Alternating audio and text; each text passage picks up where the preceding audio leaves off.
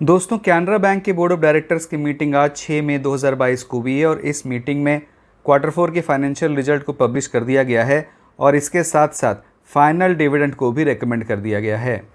Board of directors ने ₹6.5 प्रति equity share का फाइनल डिविडेंड रेकमेंड किया है। अगर हम लोग इस शेयर की फेस वैल्यू जो ₹10 प्रति इक्विटी शेयर है इससे इसको कंपेयर करें तो ये 65% होता है। लेकिन अगर हम लोग इस शेयर के करंट मार्केट प्राइस जो ₹214.60 के आसपास है इससे इस डिविडेंड को कंपेयर करें तो ये डिविडेंड 3.07% है। इस डिविडेंड की अप्रूवल आने वाले एजीएम में ली जाएगी। ये कैनरा बैंक का स्टैंड अलोन फाइनेंशियल रिजल्ट है और यहाँ सारे फिगर करोड़ में बताए गए हैं except earning per share.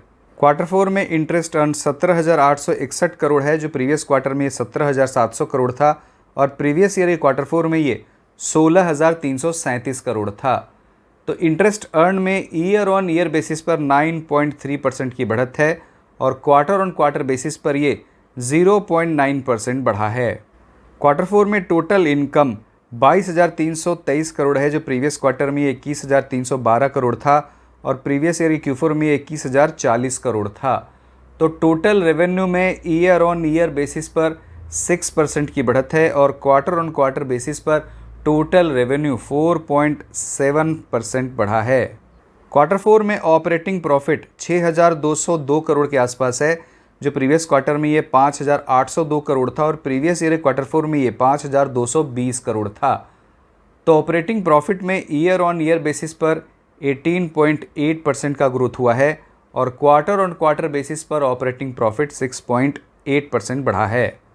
Quarter 4 में इस कंपनी का provision other than tax and contingencies 3,708 crore है जो प्रीवियस क्वार्टर में ये 2,244 करोड़ था और प्रीवियस ईयर क्वार्टर 4 में ये 3,652 करोड़ था।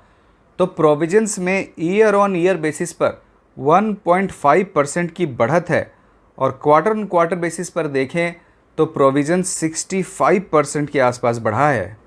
क्वार्टर 4 में नेट प्रॉफिट 1,666 करोड़ 22 लाख है जो प्रीवियस क्वार्टर में ये 1,502 करोड़ 12 लाख था और प्रीवियस ईयर क्वार्टर 4 में ये 1,010 करोड़ 87 लाख था। तो नेट प्रॉफिट में ईयर ऑन ईयर बेसिस पर 64.8% का ग्रोथ हुआ है और क्वार्टर ऑन क्वार्टर बेसिस पर देखें तो ये ऑलमोस्ट 11% बढ़ा है। ब्रोकर हाउसेस को इस कंपनी के नेट प्रॉफिट में 100% इंक्रीज़ की उम्मीद थी लेकिन इस कंपनी ने 64.8% का ही इंक्रीज़ दिखाया है तो यहाँ इस कंपनी ने अंडर परफॉर्म किया है। अब चलिए हम लोग इस कंपनी के एनपीए रेशियोज़ को देख लेते हैं। इस बैंक का ग्रॉस एनपीए परसेंटेज क्वार्टर 4 में 7.51% है जो प्रीवियस क्वार्टर में ये 7.8% था और प्रीवियस ईयर क्वार्टर 4 में ये 8.93% था।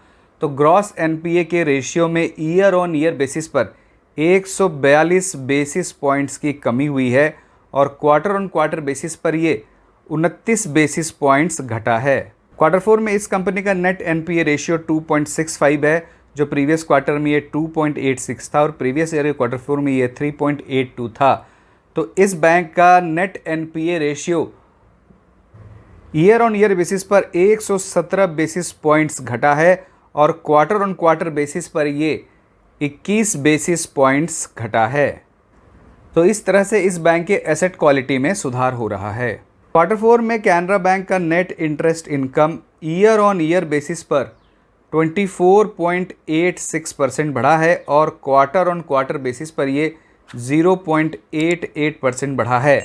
तो आप देखिए इस बैंक का net interest income year on year basis पर 24.86% ही बढ़ा है।